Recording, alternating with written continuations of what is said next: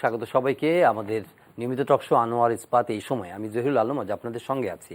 আর দিনের শিরোনামগুলো বলবো, সমসাময়িক বিষয় নিয়ে আলাপ করব। দেশের ভাবমূর্তি ক্ষুণ্ণ করতে বিএনপি লবিস্ট নিয়োগ করেছে, সরকারের কাছে যথেষ্ট তথ্য প্রমাণ আছে পররাষ্ট্রমন্ত্রী বলেছেন। এর আগে পররাষ্ট্র প্রতিমন্ত্রীও একই কথা বলেছেন। বারবার প্রকল্প সংশোধনে প্রধানমন্ত্রী অসন্তোষ জানিয়েছেন। আজকে একনেকের বৈঠক হয়েছে, সেখানে 4,621 কোটি টাকার 10টি প্রকল্প অনুমোদন করা হয়েছে। বৈশ্বিক দুর্নীতিতে এক ধাপ এগিয়ে বাংলাদেশের অবস্থান এখন 13তম। তারপরেও টিআইবি বলেছে যে এটা অত্যন্ত হতাশাজনক। আর সিলেট শাহজালাল বিজ্ঞান ও প্রযুক্তি বিশ্ববিদ্যালয়ে 7ম দিন ধরে অনশনে রয়েছে আন্দোলনকারীরা।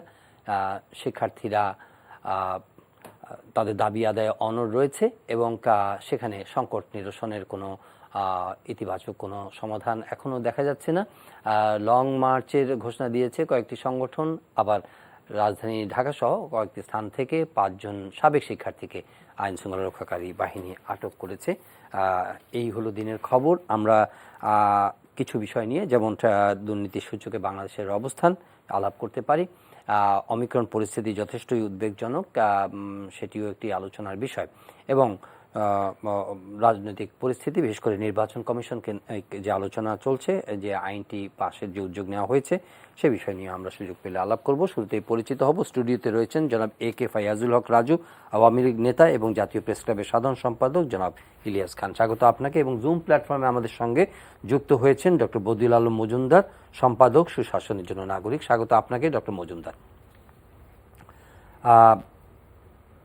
জনাব ফাইয়াজুল হক রাজু, আজকেও যে দুর্নীতির সূচক প্রকাশ করেছে এবং বাংলাদেশের অবস্থান একটু ভালো হয়েছে, মানে ভালো মানে 12 থেকে 13তে এসছে, কিন্তু তারপরও 183 দেশের মধ্যে 13তম অবস্থান। এবং এর পিছনে কিছু অ্যানেকডোটস আছে।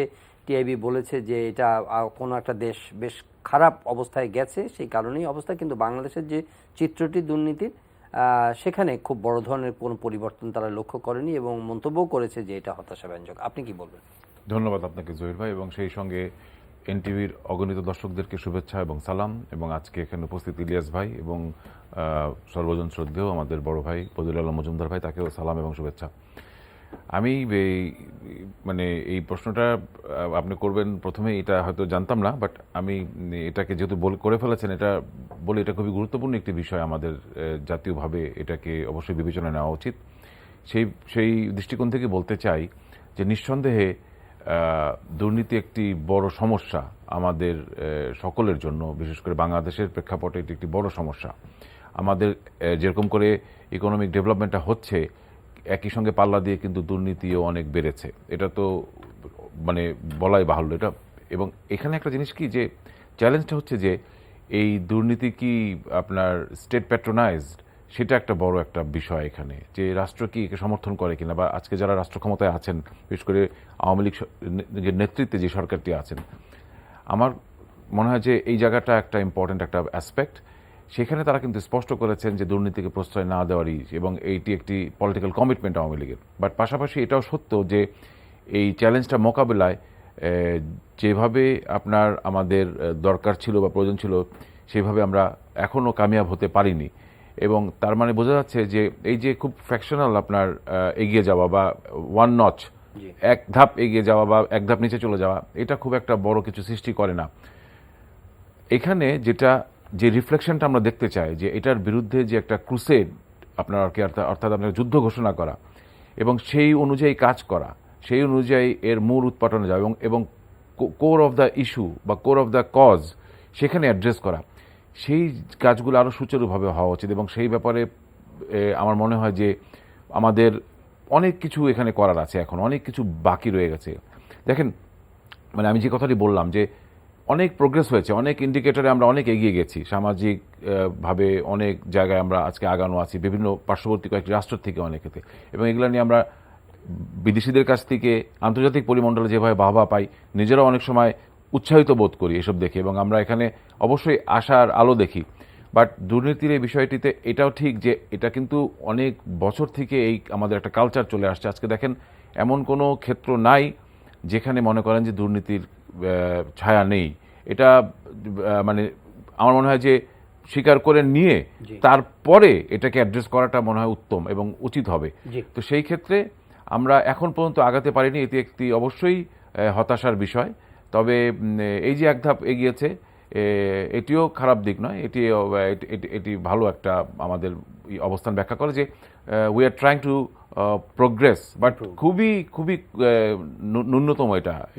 এই ব্যাপারে তো অবশ্যই কোনো সন্দেহ নাই, কারণ এটা তো, তবে টিআইবির একটা জিনিস কি, টিআইবি উচিত যে ঢালাওভাবে সমালোচনা করে কি কি করলে পরে, হ্যাঁ, এই যে এটার যে মানে প্রস্তাবনাগুলো কি ভালো কিছু, সেই সব নিয়ে মোর আপনার ইন্টারেক্টিভ সেশন করা স্টেক হোল্ডারদের সঙ্গে, যারা এবং তাদেরকে যেন আমলে নেয়, তারা যেন একটা অপোজিশন হিসেবে না দাঁড়ায় সরকারের, মুখোপেক্ষী হোক করা সরকারকে, এই কাজটি যেন না করে। জনাব ইলিয়াস খান।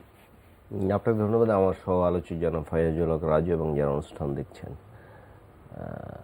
আজকে দুর্নীতির সূচক আমাদের বেরিয়েছে এবং মাননীয় প্রধানমন্ত্রী একটি কথা বলেছেন, এটি কিন্তু সম্পর্কযুক্ত। কারণ বড় বড় প্রজেক্ট নেওয়া হচ্ছে, প্রজেক্টের কস্ট অনেক বেড়ে যাচ্ছে, বড় ধরনের দুর্নীতি। প্রধানমন্ত্রী কিন্তু বলেছেন, আমি যদি ভুল না বলে থাকি, যে অসন্তোষ ব্যক্ত করেছে, এর সাথে কিন্তু এটা সম্পর্কিত। ধরুন অনেকে যেমন পদ্মা বিরক্তি প্রকাশ করেছে, এটি নিঃসন্দেহে খুব ভালো। কিন্তু আমরা দেখেছি পদ্মা ব্রিজ কয় টাকা দিয়ে শুরু হয়েছিল, এখন কত টাকায় গিয়েছে, আমাদের কিন্তু মাথায় রাখতে হবে। এর মধ্যে একটা বিরাট যোগ সাজয় রয়েছে দুর্নীতি করে। এবং দেখবেন যে বড় বড় দুর্নীতিবাজ যারা, তাদের কিন্তু বড় কোনো শাস্তি হচ্ছে না। যেমন ধরুন একটা আমি উদাহরণ দিই, যেমন বেসিক ব্যাংকের চেয়ারম্যানের বিরুদ্ধে পার্লামেন্টে 6-5 বলেছেন অর্থমন্ত্রী যে তার বিরুদ্ধে ব্যবস্থা নেওয়া হোক, কোনো ব্যবস্থা কিন্তু নেওয়া হয়নি। তারপর দেখুন পিকে হালদার পালিয়ে গেল। কয়েকটি ইন্ডিকেটর আমি বলি, যেমন ই কমার্স দেখবেন, ই কমার্সে 5-6 বছর ধরে দুর্নীতি করে মানুষকে ঠকিয়ে যখন টাকা মেরে দেওয়ার উপক্রম হয়, তখন এই প্রতিষ্ঠানটি বন্ধ করে দেওয়া হয়। এর অর্থ হচ্ছে এই প্রতিষ্ঠানে যিনি প্রধান, তিনি আরও বেঁচে গেলেন, তিনি জেলে গেলেন অথবা কোথাও পালিয়ে গেলেন। কিন্তু 5-6 বছর ধরে যে এই দুর্নীতিগুলো চলে, তখন কিন্তু কোনো ব্যবস্থা নেওয়া হয় না। যখন শুরু হয় তখন কোনো ব্যবস্থা নেই। যেমন দুদক নিয়ে কিন্তু অনেকের প্রশ্ন রয়েছে, দুর্নীতি দমনে দুদক কতটুকু ভূমিকা পালন করছে। তো আমরা আগে যেমন শুনতাম যে পুকুর চুরি হচ্ছে, এখন কিন্তু সাগর মহাসাগর চুরি হচ্ছে। বিদেশে কত টাকা পাচার হচ্ছে, বেগমবাড়ি হচ্ছে কানাডায়, মালয়েশিয়ার সেকেন্ড হোম হচ্ছে, আর পৃথিবীর বিভিন্ন দেশে বিভিন্ন দুর্নীতিবাজ কর্মকর্তারা বাড়ি করছেন, পরিবার পরিজনের নামে বাড়ি করছেন নিজেরা সেফ থাকার জন্য। কিন্তু খুব পজিটিভ দিক হচ্ছে যে সেখানে বাড়ি ঘরের বিরুদ্ধে কিন্তু প্রতিবাদ হচ্ছে, যেমন কানাডায় আমরা দেখেছি বেগম পাড়ার বিরুদ্ধে প্রতিবাদ হচ্ছে। মনে করে বঙ্গবন্ধু বলে গেছিলেন না সেই সময়, সেই 72 সালে, যে চোরা না শুনে ধর্মের কাহিনী, সেটাই সেই যে শুরু। তো এখন তো দুর্নীতি মহামারী আকার ধারণ করছে, এটি দমনের খুব বেশি প্রচেষ্টা আমরা দেখি না। এটির মূল যে বিষয় হচ্ছে সুশাসনের অভাব রয়েছে। কিন্তু সুশাসন যদি না থাকে তাহলে কিন্তু দুর্নীতি উৎপাদন করা সম্ভব নয়। জনাব ডক্টর বদিউল আলম মজুমদার, এ প্রসঙ্গে আপনার মতামত। অনেক ধন্যবাদ। আপনার দুই অতিথি খুব গুরুত্বপূর্ণ কথা বলেছেন, আমি ধন্যবাদ দিই তাদেরকে। তো আমার মনে হয় যে দুর্নীতি একটা মহা সমস্যা হয়ে দাঁড়িয়েছে আমাদের জন্য। এর থেকে উত্তরণ যদি ঘটাতে না পারি তাহলে আমাদের জন্য বিপদ অপেক্ষা করছে। আমি এই প্রসঙ্গে একটা বইয়ের প্রতি আপনাদের দৃষ্টি আকর্ষণ করছি। বইটার নাম হলো থিপস অফ স্টেট, রাষ্ট্রের চোর। নাম হলো স্যারা চেজ। তিনি একজন মার্কিন সাংবাদিক, তিনি এখন কার্নিং এন্ডাওমেন্টের সাথে যুক্ত। তিনি একসময় আফগানিস্তানে ছিলেন, তিনি আফগানিস্তানের মার্কিন সেনা কর্মকর্তাদের সাথে কাজ করেছেন। তো তিনি তখন মার্কিন সেনা কর্মকর্তাদেরকে অনেক বছর আগে উনি বলার চেষ্টা করেছেন, এই যে তোমরা দুর্নীতি, বিচারহীনতা, এগুলোর দিকে নজর দাও। তো জেনারেলরা ওনাকে বলতেন যে let's take care of the security first, then will take care of ইট।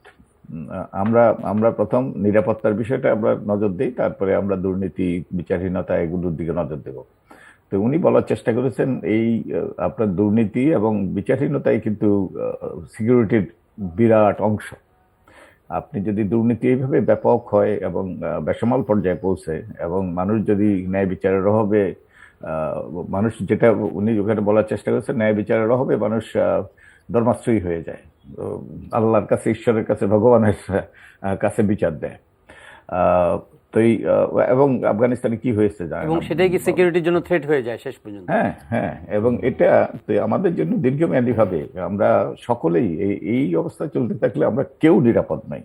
তাই আমাদের কিন্তু সবাইকে দলমত নির্বিশেষে সরকার বেসরকারি সকলকেই এই ব্যাপারে এটাকে সর্বোচ্চ অগ্রাধিকার দিতে হবে, এ ব্যাপারে জিহাদ করতে হবে। যেমন একটা জিনিস হইতে পারে, ফাইজুল উনি বলছিলেন যে ইয়ার কথা, এই যে সুস্পষ্ট প্রস্তাবের কথা, একটা প্রস্তাব হতে পারে, আমরা যুদ্ধাপরাধীদের বিচার করেছি স্পেশাল ট্রাইব্যুনাল করে, আমরা কেন স্পেশাল ট্রাইব্যুনাল করে এই সকল এই বড় রাঘব বোয়ালদেরকে অন্তত কিছুকে আমরা বিচারে আনতে পারি না?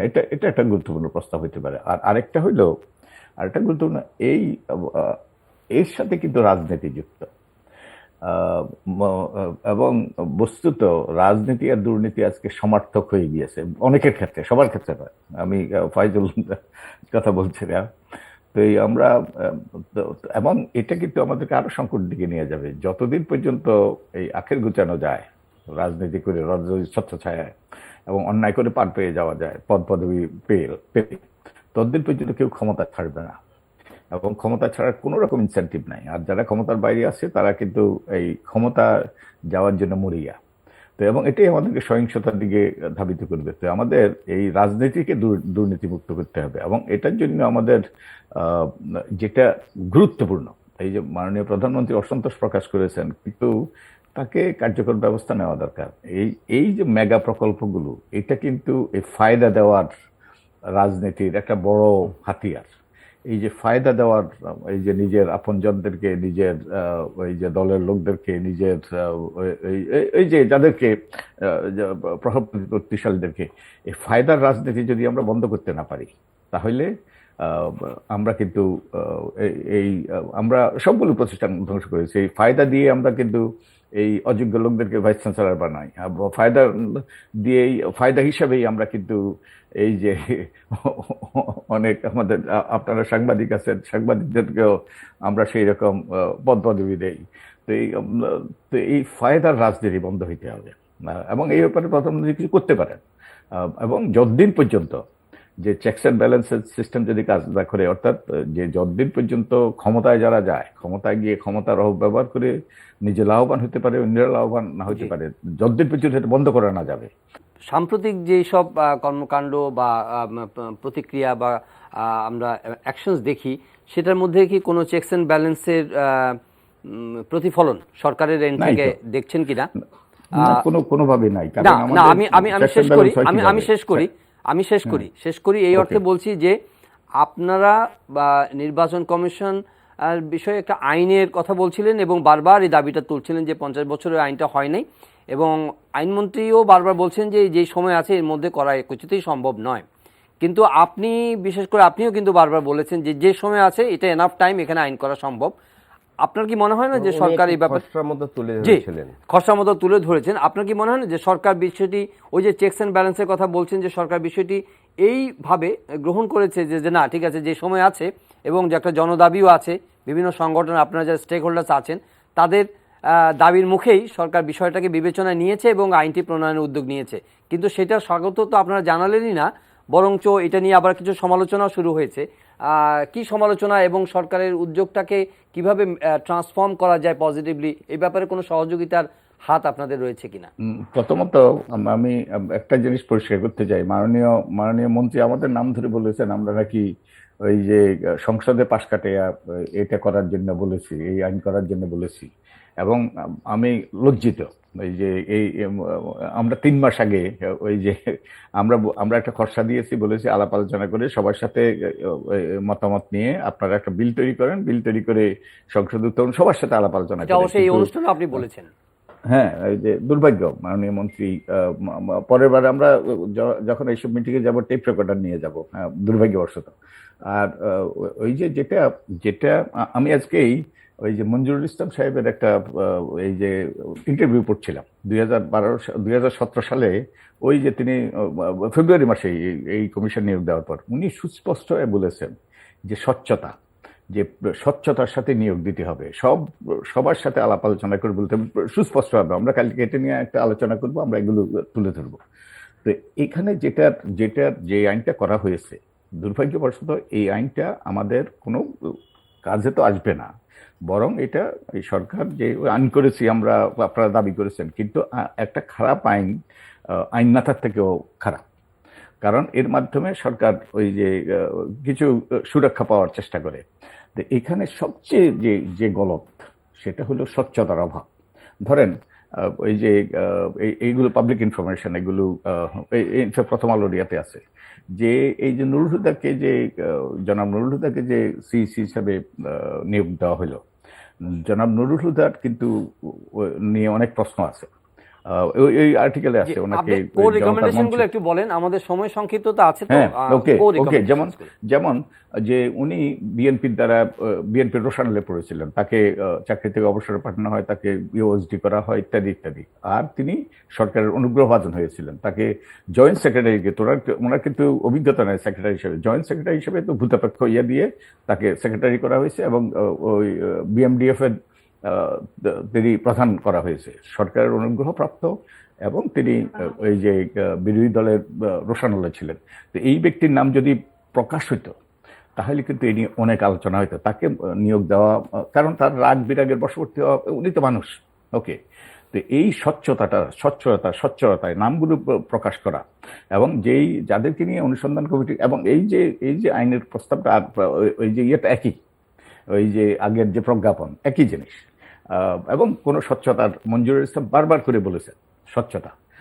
তো এটা একটা খারাপ আইন, এবং সরকার যাকে ইচ্ছা তাকেই এই যে নুরুল হুদাদের মতো আবারও মনোনয়ন দিতে পারবে তাদের আপন, এবং এখানে কেউ জানবে না যে প্রধানমন্ত্রীর সুপারিশে এই নিয়মগুলো হইলো নাকি এই অনুসন্ধান কমিটির সুপারিশ হইলো, কারণ সংবিধানের 48 অনুযায়ী। ডক্টর মজুমদার, এখানে ইতিবাচক সদিচ্ছার কোনো প্রতিফলন আপনি দেখছেন না?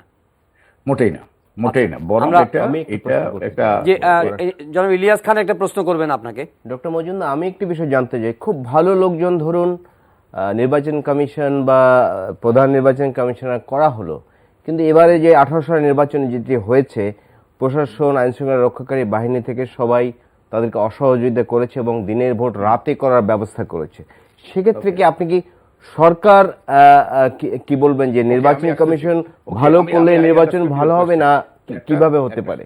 নির্বাচনের জন্য একটা সিস্টেমিক গলত থাকলে নির্বাচন কমিশনই তো এনাফ নয় টু কন্ডাক্ট সবচেয়ে গুরুত্বপূর্ণ। তারপরে হলো সরকার, আইনশৃঙ্খলা রক্ষাকারী বাহিনী, প্রশাসন, তারপরে দল এবং তাদের প্রার্থীরা, তারা সবাই সদাচরণ করতে হবে। যে নারায়ণগঞ্জে দেখা গিয়েছে সরকার সদাচরণ করেছে, আইনশৃঙ্খলা রক্ষাকারী বাহিনী মোটামুটি সদাচরণ করেছে, তাই সুষ্ঠু নির্বাচন হয়েছে। তাই সবচেয়ে শক্তিশালী নির্বাচন কমিশনও সুষ্ঠু নির্বাচন করতে পারবে না যদি সরকার সহায়তা না করে, সরকার সদাচরণ না করে, এবং ওটাই শিক্ষা। তাই নির্বাচনকালীন এমনটা সরকার দরকার যেটা নিরপেক্ষভাবে দায়িত্ব পালন করবে, এর কোনো বিকল্প নেই।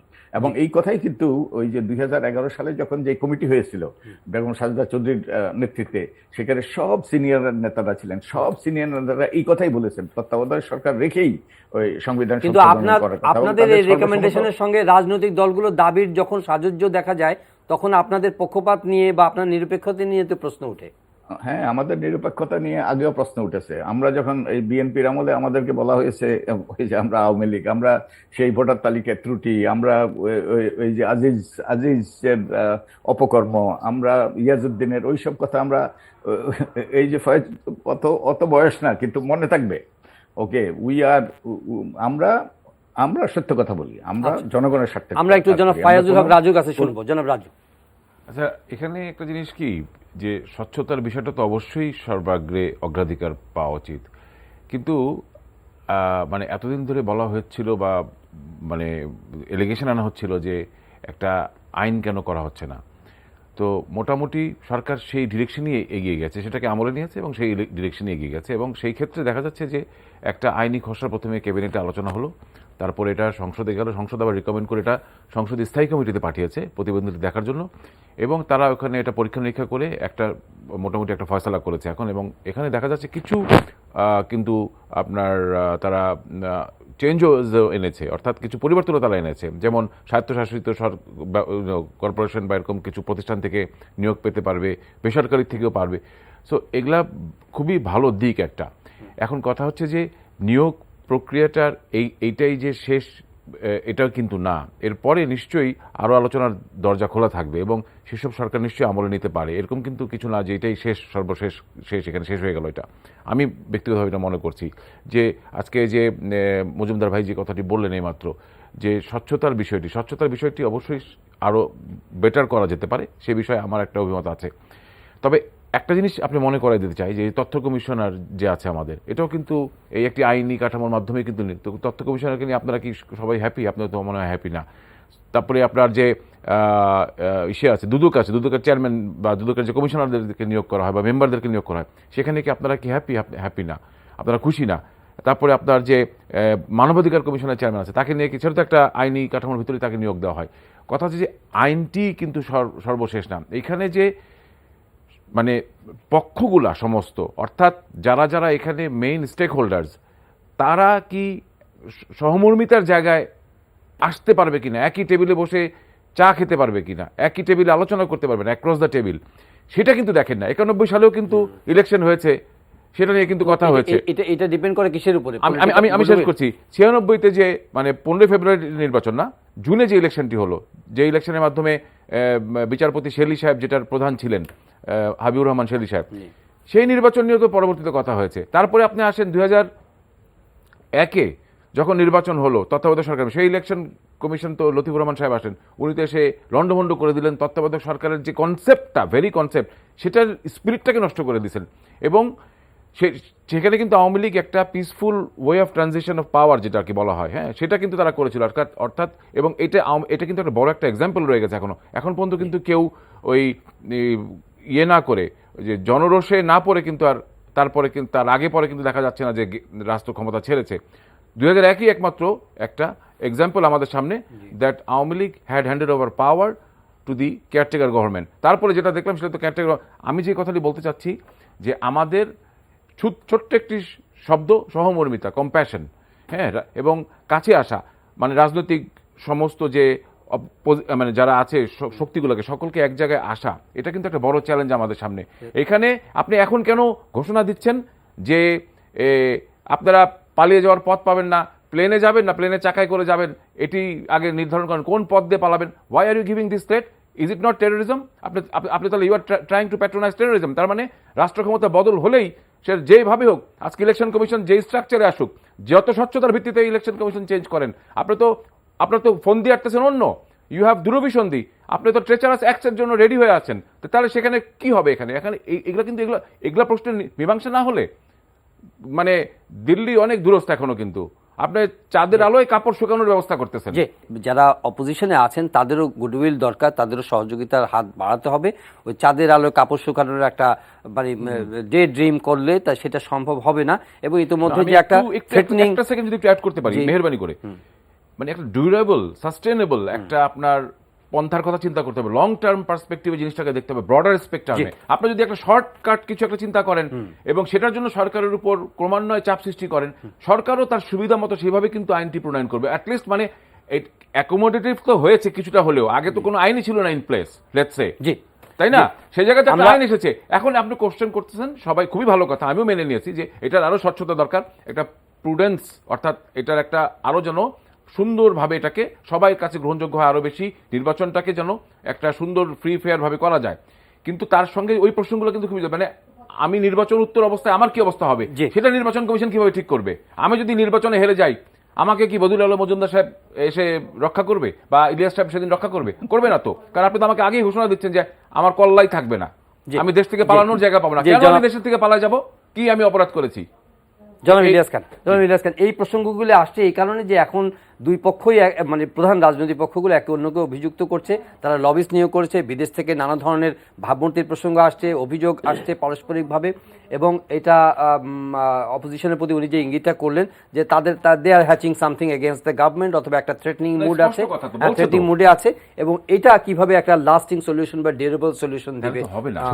সলিউশন একটাই আমি মনে করি, যেমন আমি যে কথাটা ডক্টর মজুমদারকে প্রশ্ন করেছিলাম যে ওকে আমি খুব ভালো আইন করলাম, ভালো নির্বাচন কমিশনার দিলাম, নিয়োগ দিলাম, কিন্তু তারা যদি ঠিকভাবে না করতে পারে, যেমন নির্বাচন স্টেক হোল্ডার, নির্বাচন কমিশন, আইন শৃঙ্খলা রক্ষাকারী বাহিনী, প্রশাসন, এরা যদি ঠিকভাবে দায়িত্ব পালন না করে তাহলে কিন্তু আমি সুষ্ঠু নির্বাচন করতে পারবো না। যেমন আমি নারায়ণগঞ্জে দেখুন, খুব অনেকেই বলেন যে চমৎকার নির্বাচন, আমরা যতটুকু খবর পেয়েছি ভালো নির্বাচন হয়েছে, কারণ সরকার এখানে কোনো ইন্টারফেয়ার করেনি, যে কারণে নির্বাচন কমিশন ঠিকভাবে দায়িত্ব পালন করছে, আইন শৃঙ্খলা বাহিনী করেছে, প্রশাসনও করেছে। তা আমি মনে করি বাংলাদেশের যা দীর্ঘদিনের 11টি নির্বাচন তো হয়েছে জাতীয় সংসদ, সরকারের অধীনে, দলীয় সরকারের অধীনে কোনো নির্বাচন কিন্তু সুষ্ঠু হয়নি। এটি প্রমাণ 73 থেকে শুরু করে সব, যেমন বিএনপি 2001, যে উনি যে বললো যে পিসফুল ট্রানজিশনে পাওয়ার হয়েছে 2001। হ্যাঁ না, আমি শেষ করি। যেমন বিএনপি 91 সালে পাওয়ার এসছে একটা নিরপেক্ষ সরকারের অধীনে।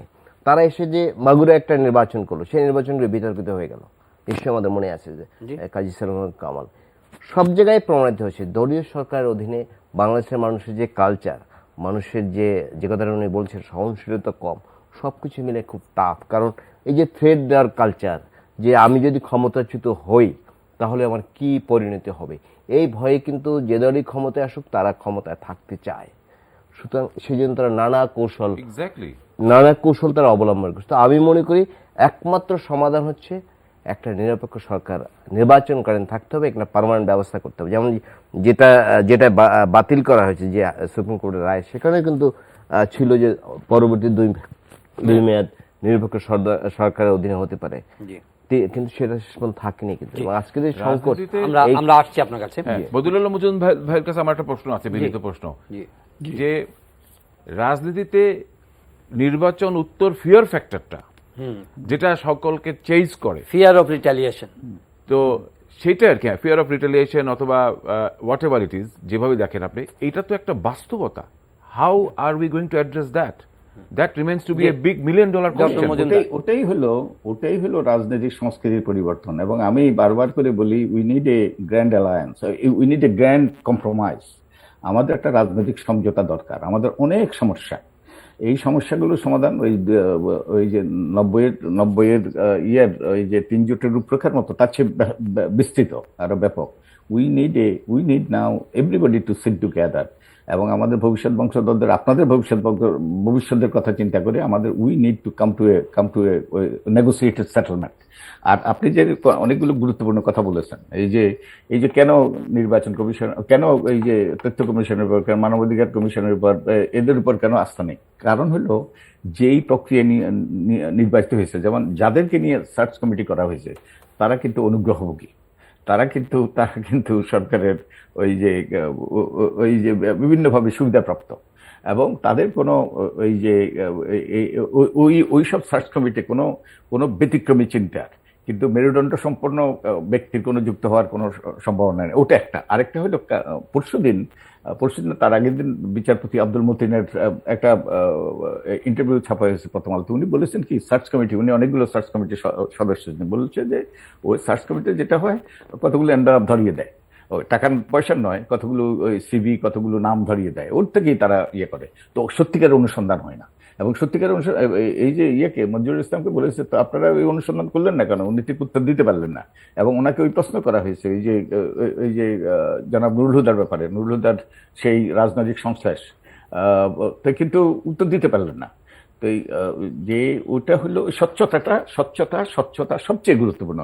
এবং democracy dies in darkness, my friend, democracy dies in darkness. So we must overcome the darkness.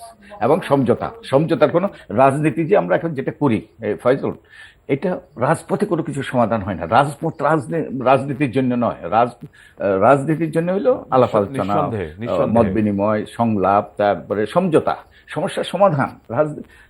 রাজপথে কোনোদিন সমস্যার আপাতত ওই যে একদলকে ডিফিট করে you just win, but just temporary. এবং ওই জন্যই তখন ওই পালানের প্রশ্ন আসে, ওইসব আসে। সো উই নিড সংলাপ, সমঝোতা এবং সমাধান। সেটার কি কোনো সুযোগ বা লক্ষণ আছে নাকি জনাব রাজু? না, এখানে দেখেন একটা জিনিস, মানে আমাদের তো winner tax all, we have to revisit history. সেটা কোথায়? মানে রাজনৈতিকভাবেই মেনে নিতে হবে অঙ্গীকারের মাধ্যমে যে 75 সালের যে নির্মম হত্যাকাণ্ড হয়েছিল বঙ্গবন্ধু সহ বঙ্গবন্ধু পরিবারের, এবং পরবর্তী ইনডেমনিটি আইন করা, এসব কিছু ছিল অন্যায়। এটা মানতে হবে। এটা শুধু আজকে আওয়ামী লীগ এবং আওয়ামী লীগের সমর্থকরা অথবা দেশের একটা বড় অংশ মানে, কিন্তু একটা গোষ্ঠী কিন্তু এটাকে এখনো মানে না। এটাকে এখনো তারা সাপোর্ট দেওয়ার বা ইনায় বিনা এটাকে জাস্টিফাই করার চেষ্টা করে যে বঙ্গবন্ধু বাকশাল করেছিলেন, তাই ওনাকে he had to pay the penalty. এই ধরনের কথাগুলো, এই ন্যারেটিভগুলো থেকে বার হয়ে আসতে হবে। এটা একটা রিকনসিলিয়েশনের জায়গা তৈরি করতে পারে। সেকেন্ড হচ্ছে, আপনি রাষ্ট্র ক্ষমতায় গেলে আর কখনোই যে 21শে আগস্টের মতো একটি ঘৃণ্য জঘন্যতম অপরাধ হবে না, সংঘটিত হবে না, এটা আপনাকে আগে পাবলিকলি আপনাকে এটা বলতে হবে এবং পরিষ্কার করতে হবে, এবং এর দায়ে যারা যারা জড়িত তাদের বিচার আপনাকেও সমভাবে চাইতে হবে, বা তাদের দণ্ডের আওতায় আনতে হবে, বা দণ্ড যে হয়েছে, রায় যে হয়েছে সেটাকে আপনার দেখতে হবে যে ইট ইজ ডান। এই জায়গাগুলো যদি আপনি আসেন, তখন একটা বিশ্বাসের জায়গা সৃষ্টি হবে। বিশ্বাসের জায়গায় যদি এত বড় ফাটল থাকে, তাহলে কিন্তু আপনি কখনো ইলেকশন কমিশনের আপনার কি আলোচনার জন্য বিশ্বাসটা জরুরি, নাকি কার কতটা চাপ প্রয়োগ করার ক্ষমতা আছে বাংলাদেশে সেটা অনেক বেশি মুখ্য ভূমিকা পালন করে? সেই জিনিসটা তো বদিউল আলম মজুমদার সাহেব খুবই সুন্দরভাবে মানে খোলাসা করেছেন যে আলোচনা কিন্তু আমি একটু যুক্ত করি, আমাদের জি, বলেন। রাজনীতিবিদরা তো বড় মাপের মানুষ, তারা কিন্তু বিশাল হইতে পারে, আমরা সাধারণ মানুষ। শেখ হাসিনা কিন্তু এই যে 2008 সালের নির্বাচনের পরে 31শে ডিসেম্বর যে সংবাদ সম্মেলন করেছেন, তিনি সেখানে বলেছেন যে বিএনপিদেরকেও দরকার হলে তারা যদি চায় তাদেরকে মন্ত্রিত্ব দেবেন এবং ডেপুটি স্পিকারের পদ দেবেন। শুধু তাই নয়, তিনি সেখানে বলেছিলেন যে খালেদা জিয়ার অভিজ্ঞতাও কাজে লাগানো হবে, কারণ তার অনেক অভিজ্ঞতা আছে, তো তারা বড় হতে পারেন। কিন্তু এগুলো দুর্ভাগ্যবশত এই ইস্যুগুলো, হ্যাঁ, যারা অন্যায় করেছে তাদের শাস্তি হওয়া দরকার, তাদের কঠোর শাস্তি হওয়া দরকার, দৃষ্টান্তমূলক শাস্তি হওয়া দরকার। কিন্তু এই বিষয়গুলো রাজনৈতিক বিষয় করে ওই যে সমঝোতার পরটাকেই ওই যে বাধাগ্রস্ত করা হয়। তো উই নিড টু বিচার হবে, শাস্তি হবে, but we need to go beyond.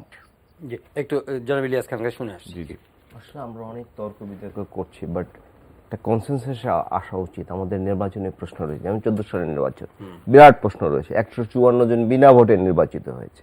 তারপর 18 সালে কি দেখেছি আমরা, দিনের ভোট রাতে হয়েছে, যদি অনেকে স্বীকার করতে চান, কিন্তু আমরা জানি হয়েছে। এই অবস্থা থেকে বেরিয়ে আসতে হলে আমাদের সব দল মত নির্বিশেষে এক হতে হবে। খুব দুর্ভাগ্যজনক হচ্ছে যে যাদের সত্য কথা বলা উচিত, নিরপেক্ষ কথা অন্তত বলা উচিত, বিশ্ববিদ্যালয় শিক্ষক থেকে বিভিন্ন বুদ্ধিজীবী শ্রেণীর লোক যারা আছেন, তারাও কিন্তু এখন বলছে না। সাব ডিভিশন হয়ে গেছে, যে দলকে সাপোর্ট করে সেই দলের পক্ষে কথা বলছে এবং ন্যাকেডলি বলছি। এই অবস্থা থেকে বেরিয়ে আসতে হবে। আমাদের দেশে যে একটা আগে যেমন একটা ইভেন এরশাদের সময় আমরা দেখেছি যে দেশের বুদ্ধিজীবী শ্রেণী বা অন্যান্য যারা আছেন তারা কিন্তু ঐক্যবদ্ধ হয়েছিলেন গণতন্ত্রের মুক্তির প্রশ্নে। সেই অবস্থাটি বাংলাদেশে এখন নেই। তো আমি মনে করি সব দল, রাজনৈতিক দল আছে যারা আছে, সবাই মিলে এমন একটা অবস্থা, যে কথাটা আমি বলেছি, অন্তত আমার মনে হয় এটাই সবচেয়ে বড় সমাধান এই মুহূর্তে, যে অন্তত নির্বাচনটা, জাতীয় নির্বাচন, এটি নিরপেক্ষ সরকারের অধীনে হলেই আমার মনে হয় কেউ অনেক সমস্যার সমাধান হয়ে যাবে, অনেক সময় কেউ কোনো প্রশ্ন করতে পারবে বলে।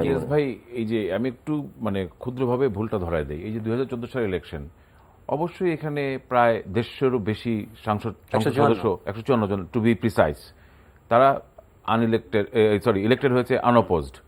খুবই ভালো কথা, এবং এটা নিয়ে তর্ক বিতর্ক চলছে। কিন্তু এই প্রেক্ষাপটটা কিভাবে তৈরি হলো, কেন ওই জায়গায় গেল, এবং কেন এরকম একটা সিচুয়েশন তৈরি হলো, তার অন্যতম কারণ ছিল আপনাকে যখন ডাকা হয়েছিল বসার জন্য, এবং এই যে আপনাকে স্বরাষ্ট্র মন্ত্রণালয় দেওয়া হবে, এই যে মজুমদার ভাই মাত্র বললেন যে ভাইস প্রেসিডেন্টের পদ দেওয়া হবে, সবকিছু বলা হয়েছিল, প্লাস বলা হয়েছিল যে তাহলে আমাদেরকে তোমরা যদি না আসো ডিসকাশনে, তাহলে অ্যাটলিস্ট আমাদেরকে সংবিধান রক্ষার ইলেকশনটা করতে দাও। কিন্তু সেই কাজটা কিন্তু করা হয় নাই।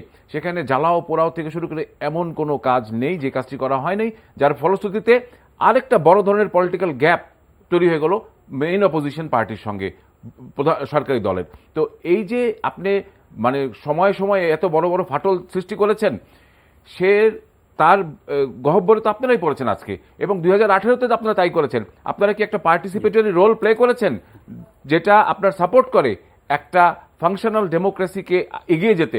আপনারা যদি 5-5 জন করে ক্যান্ডিডেট না দিতেন এক একটা আসনে, এবং আপনারা ইলেকশনে যাচ্ছেন কি যাচ্ছেন না সেটাই তো বোধগম্য নয়। সেরকম একটা অবস্থায় রাত ইলেকশন হলো না দিলে ইলেকশন হলো, হোয়াট ডাজ ইট ম্যাটার? আজকে আর সময় নেই। ধন্যবাদ ডক্টর বদিউল আলম মজুমদার আপনাকে, ধন্যবাদ জনাব একে ফায়াজুল হক রাজু এবং জনাব ইলিয়াস খান, আপনাদের তিনজনকে। প্রিয় দর্শক, আজকের এই সময় এখানেই শেষ করছি। সবাই ভালো থাকবেন। এই অনুষ্ঠানটি অনলাইনেও আপনারা দেখতে পারেন, ভিজিট করুন ntbb.com, ইউটিউব ভেরিফাইড ফেসবুক পেজে আমাদের জনপ্রিয় অনুষ্ঠান খবরের আপডেট আপনারা জেনে নিতে পারেন। আর সংক্রমণ বাড়ছে, সবাই সতর্ক থাকুন।